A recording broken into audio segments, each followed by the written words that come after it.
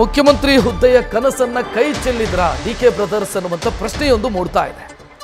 ಕುರ್ಚಿ ಕದನದ ಬೆನ್ನಲ್ಲೇ ಸಿದ್ದರಾಮಯ್ಯ ಪರ ಬ್ಯಾಟ್ ಬೀಸಿದ್ದಾರೆ ಡಿಕೆ ಶಿವಕುಮಾರ್.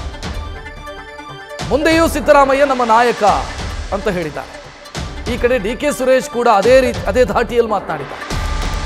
ಸಿದ್ದರಾಮಯ್ಯ ನೇತೃತ್ವದಲ್ಲಿ ನಾವು ಮುಂದುವರಿತೀವಿ ಅಂತ ಡಿಕೆ ಸುರೇಶ್ ಹೇಳಿದ್ದಾರೆ.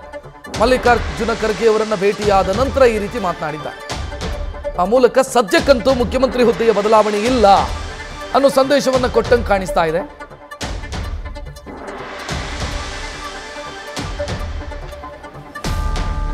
ಇದು ಯಾವುದೇ ತರದ ರಾಜಕೀಯವಾದಂತ ಭೇಟಿ ಅಲ್ಲ. ಇದೊಂದು ಸೌಹಾರ್ದವಾದಂತ ನಮ್ಮ ನಾಯಕರ ಭೇಟಿ ಅಷ್ಟೇ.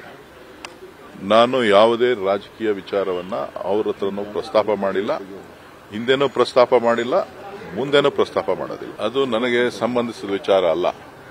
ಅದು ಅವರ ವೈಯಕ್ತಿಕವಾದಂತ ನಮ್ಮ ನಾಯಕರ ಭೇಟಿ ಅಷ್ಟೇ. ನನಗೆ ಅದರ ಬಗ್ಗೆ ಮಾಹಿತಿ ಅಲ್ಲ. ನಾನು ರಾಜಕೀಯವಾಗಿ ಏನಾರು ಅವ್ರ ಹತ್ರ ಮಾತನಾಡಿದ್ರೆ ತಾನೇ ನಾನು ಏನಾರು ಹೇಳಬೇಕು. ನಾನು ರಾಜಕೀಯವಾಗಿ ಅವ್ರ ಹತ್ರ ಏನೂ ಮಾತಾಡಿಲ್ಲ. ಸೌಹಾರ್ದಯುತವಾದಂತ ಭೇಟಿ ಅಷ್ಟೇ. ಈಗ ಗೊಂದಲ ಏನೂ ಇಲ್ಲ. ನನಗೆ ಗೊತ್ತಿದ್ದಾಗೆ ಗೊಂದಲಗಳು ಯಾವುದೂ ಇಲ್ಲ. ಉತ್ತಮವಾದಂತ ಆಡಳಿತ ಸರ್ಕಾರ ಸಿದ್ದರಾಮಯ್ಯನವರ ನೇತೃತ್ವದಲ್ಲಿ ನಡೀತಾ ಇದೆ. ಅದು ಮುಂದುವರಿತದೆ. ಇದು ನ್ಯೂಸ್ ಫಸ್ಟ್ ನಿರ್ಭೀತಿಯಿಂದ ನಿಮ್ಮ ಪರವಾಗಿ.